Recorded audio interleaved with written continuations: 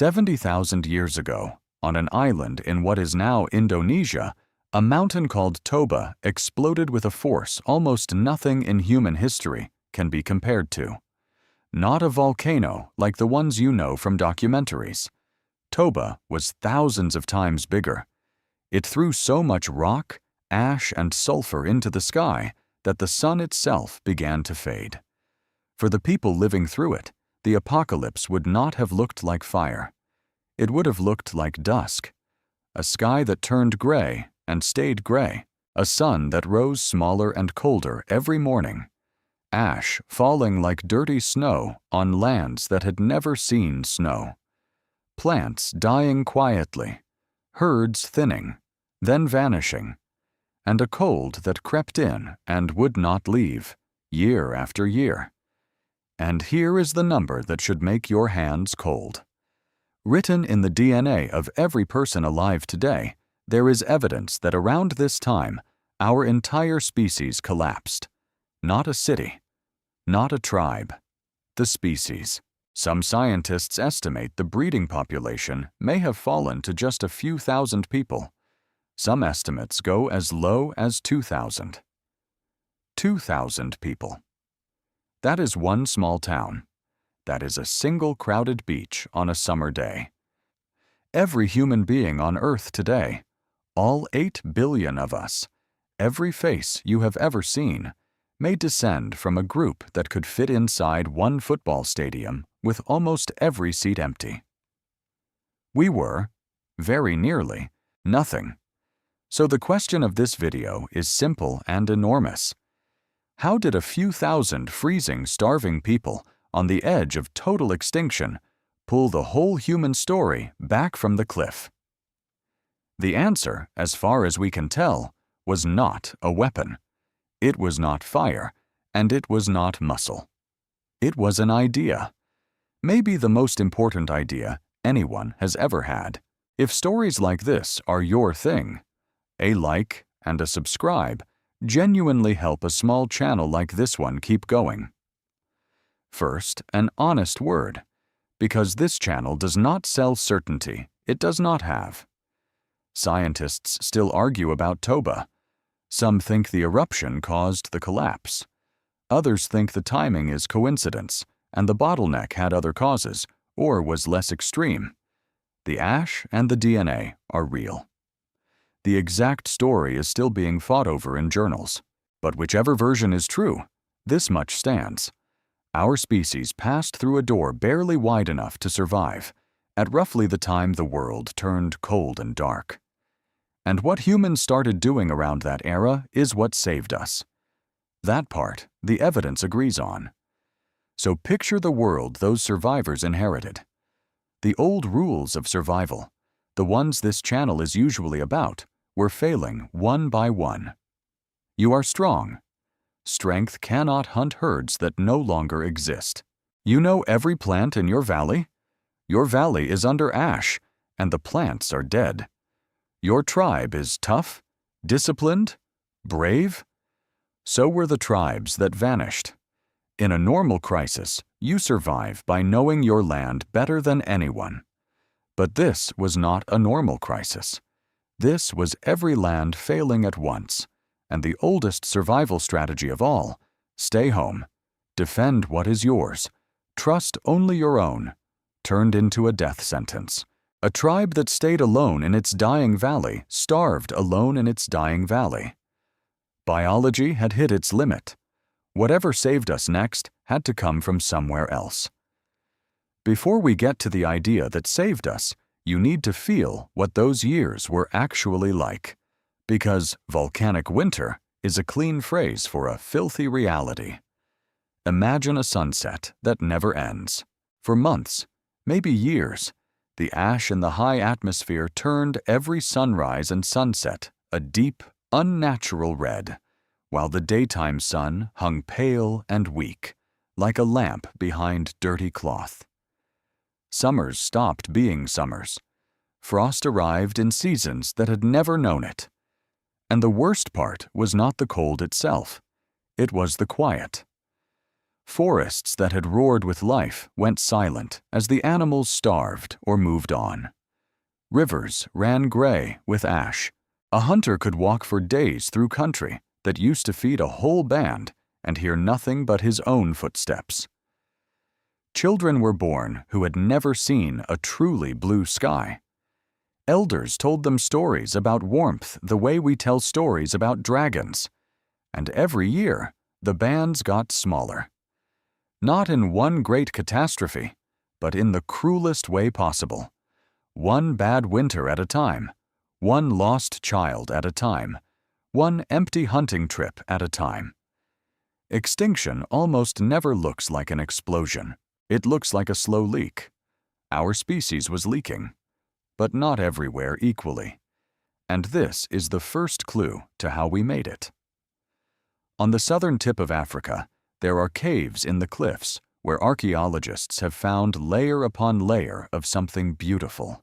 Shell heaps, mussels, clams, limpets, sea snails, tens of thousands of them, piled up by human hands across those exact dark millennia. While the inland world starved, some of our ancestors had pressed themselves against the ocean and discovered the one pantry the ash could not close. The tide does not care about volcanoes. Twice a day, every day, the sea rolled back and laid out food that required no herds, no luck, and no sunshine. Cold, rubbery, endless shellfish.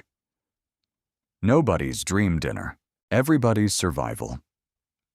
Some scientists think refugees like that coast are where a big share of your ancestry weathered the worst of it, generation after generation, eating the ocean's small change while the world upstairs went dark. Remember that image? Humanity, reduced to a strip of beach, prying its future off the rocks at low tide. But a refuge only explains how some pockets held on. It does not explain the bigger miracle, how scattered, shrinking pockets of people became a species again instead of fading out one by one. And this is where archaeologists find something strange in the ground. Something that, at first, makes no sense at all. Obsidian. Volcanic glass, the best blade material of the ancient world, prized the way we prize steel. Nothing strange about that. Here is the strange part. Pieces of it keep turning up hundreds of kilometers from the only rock formations they could have come from. In camps in southern Africa around this era, researchers find shells and fine stone from impossibly far away, carried across distances no single hunter would casually walk. And they find something else too. Beads. Tiny, carefully drilled shell beads, made by the thousands. Ochre carved with deliberate patterns. Objects that cannot be eaten, cannot kill an animal, cannot keep you warm. Ask the question the way a survivor would. Why, in the hungriest era our species ever faced, when every calorie mattered, would anyone spend precious hours making a bead?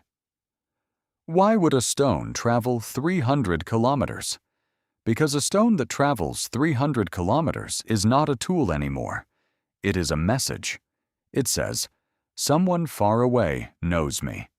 Someone far away owes me. Someone far away will feed me when my valley dies." Somewhere in that darkness, our ancestors invented something no animal had ever had, the gift that creates a bond. Hand a stranger your best blade, and you have not lost a blade. You have bought something invisible and priceless, a debt, a friendship, an ally in a valley you have never seen, bound to you by the object in his hand. The bead necklace was not decoration. It was, in a very real sense, the first insurance policy, proof of connection, a membership card in a network of people who would help each other when the sky went dark.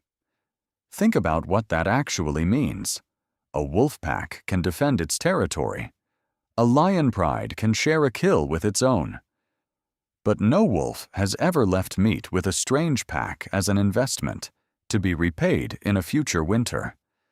That mental move, treating an object as a promise, treating a stranger as a future friend, appears to be ours alone. Some scientists call it symbolic exchange. You can call it what it became: trust between people who do not know each other. The invisible technology that everything you live inside, money, trade, nations, the internet, still runs on today. And in the volcanic winter, that invisible technology did something muscles never could. It meant that no tribe had to survive the whole catastrophe alone. When the ash smothered one region, its people did not simply walk into a stranger's land as invaders, to be fought and driven out.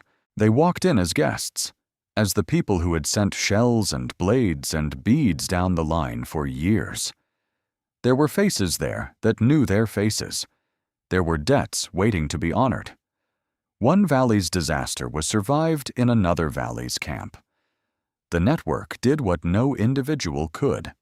It spread the risk of an unsurvivable world across hundreds of kilometers and thousands of people.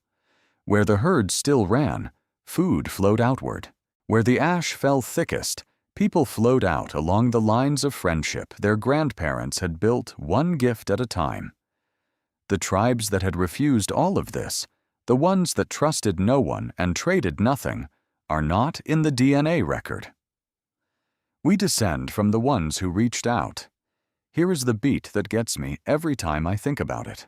Somewhere in that gray world, a woman took the necklace she had spent winters making, bead by bead, hour by hour, and she put it in the hands of a stranger from another band. To you, it looks like giving away jewelry. It was nothing of the kind. It was a message sent into the future. Remember us. And years later, when her family came stumbling out of a dead valley with nothing, somebody looked at their faces and remembered. That is what saved you. Not a hero with a spear, a network of small promises, kept. And the DNA carries the receipt. The reason scientists can even see the bottleneck is that all of us, every human alive, are absurdly, almost embarrassingly similar. Two chimpanzees from neighboring forests can differ more genetically than two humans from opposite ends of the earth. You, and every stranger you passed on the street today, are the descendants of the same tiny group of survivors. That person who cut you off in traffic? A cousin? Everyone you have ever loved? Everyone you have ever argued with online? Family. Distant. Yes, but family in a way that is not poetry. It is measurable, in the blood. There is one more thing the survivors did, and it might be the most human thing of all. They kept making the beads. Even after the sky cleared, even when times were good again, the carving, the trading, the gift-giving never stopped. It grew. The patterns on the ochre became art. The exchanges became trade routes. The trust between strangers became villages, then cities, then everything. The emergency invention became the permanent one. We never went back to being a species of strangers because somewhere deep in the line of your ancestry, everyone remembers, without knowing they remember, what happens to the tribe that stands alone. So here is the whole story in one breath. The sky went dark. The world starved. Our species shrank to a crowd small enough to vanish, and the ones who lived were not the strongest or the fiercest. They were the ones who had learned to turn a piece of volcanic glass into a promise, and a stranger into family. Every border crossed by aid after a disaster, every hand extended to someone you have never met, is that same 70,000-year-old idea, still running, still saving us. You are here because, at the darkest moment our species ever faced, somebody trusted a stranger. Maybe remember that the next time you get the chance to be one. Next time we go back into the deep past of your family line to pull apart another impossible survival. Until then, look at the people around you and know that every single one of them made it through that same narrow door. See you in the next one.